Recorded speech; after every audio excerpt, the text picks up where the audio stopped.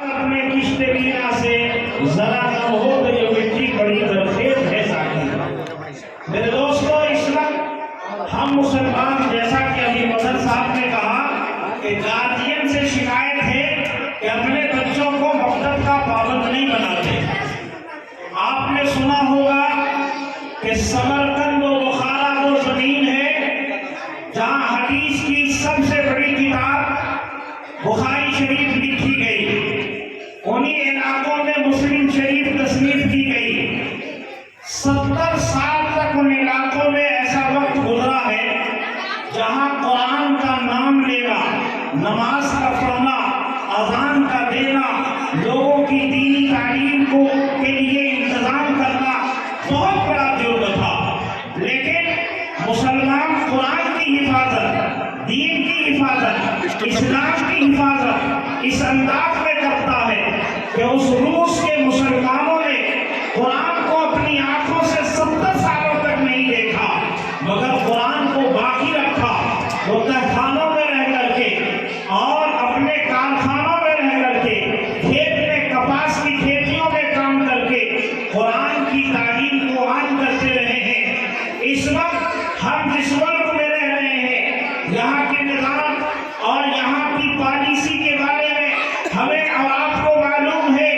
ہم اگر ابھی نہیں سمجھیں گے، نہ سمجھو گے تو مٹ جاؤ گے ہندوستان والوں، تمہاری داستان تک نہ ہوگی داستانوں میں۔ یہ وقت ہے کہ ہم بیدار ہوں اور ان مکتب کی تعلیم کو مضبوط کریں۔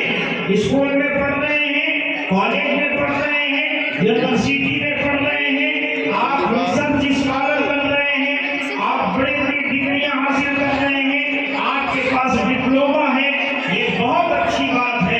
اقبال کہتا ہے کہ خوش ہے ہم بھی جوانوں کی ترقی سے مگر، خوش ہیں ہم بھی جوانوں کی ترقی سے مگر، لبے خندہ پہ آ جاتی ہے، لبے خندہ پہ آ جاتی ہے۔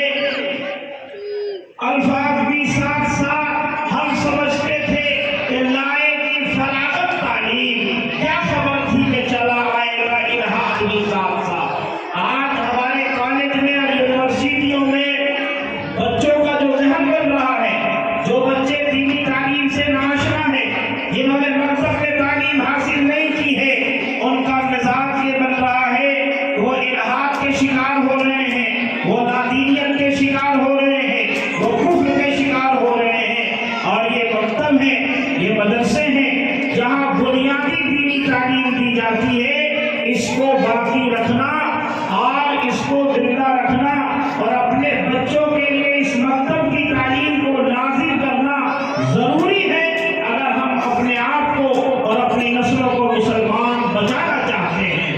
اس لیے علماء نے لکھا ہے تعلیم کے 3 مراحل ہیں۔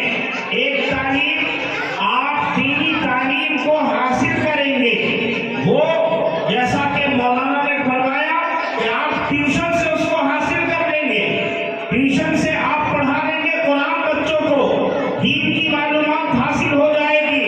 لیکن جو دین کا عام مزاج ہے، جو ماحول ہے، یہ ماحول آپ اس کو نہیں دے پائیں گے تو آپ دین پر اس کو کھڑا نہیں کر سکتے۔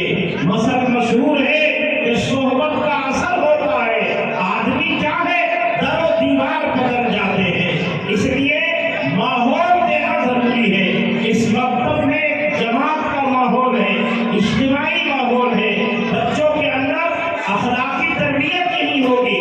تو پہلی چیز ہے تعلیم کے مراحل، اور دوسری چیز ہے ان کی اخلاقی تربیت، اور تیسری جو اہم چیز ہے جس کی طرف ہماری توجہ نہیں ہے، اپنی زبان کی حفاظت۔ ہم اپنی زبان کے معاملے میں بھی بہت غافل ہیں۔ اس لیے ہمارے یہاں مسجدوں میں مشورہ لکھا جاتا ہے تو لوگ کہتے ہیں ہندی میں لکھیے، سب لوگ اردو نہیں پڑھ پاتے ہیں۔ کیوں نہیں پڑھتے بھائی؟ اردو آپ کی زبان ہے، ہماری زبان ہے، اور اس دور میں یہ کہا جا سکتا ہے کہ اردو اسلام کی زبان ہے، اردو مسلمانوں کی زبان ہے۔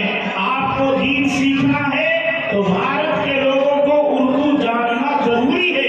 اس لیے اردو پڑھنے والے لوگ تو ہیں، شاعر کہتا ہے کہ لب و رخسار کیسے بولتا ہے، سر چڑھ کے یا جادو بولتا ہے۔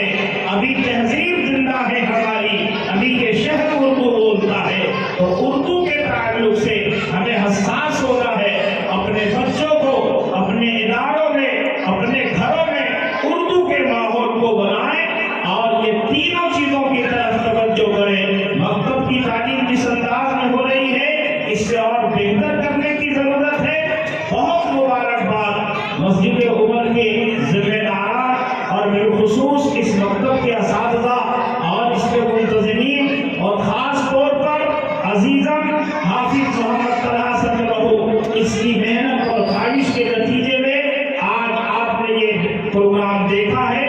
انشاءاللہ تعالی یہ مکتب اور ترقی کرے گا اور اس سے بہتر سے بہتر اور پروگرام ہم کریں گے تاکہ دوسرے لوگوں کو لیے بھی یہ پروگرام ایک نمونہ ایک ماڈل کے طور پر ثابت ہو. اللہ تعالی ہمیں اور آپ کو قبول فرمائے. وما علینا الا البلاغ. ماشاءاللہ ماشاءاللہ.